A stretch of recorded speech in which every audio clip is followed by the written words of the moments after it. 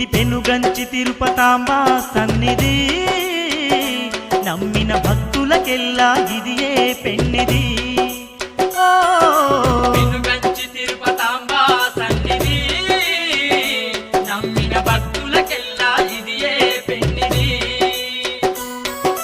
పవిత్రమైన క్షేత్రం పతివ్రతామ తల్లి క్షేత్రం, పవిత్రమైన క్షేత్రం పతివ్రతామ తల్లి క్షేత్రం.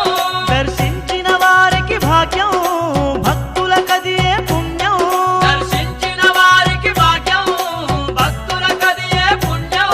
ఇది తిరుపతాంబ తిరునాళ్ళ పండగ, లక్షల భక్తుల నడుమ జరిగే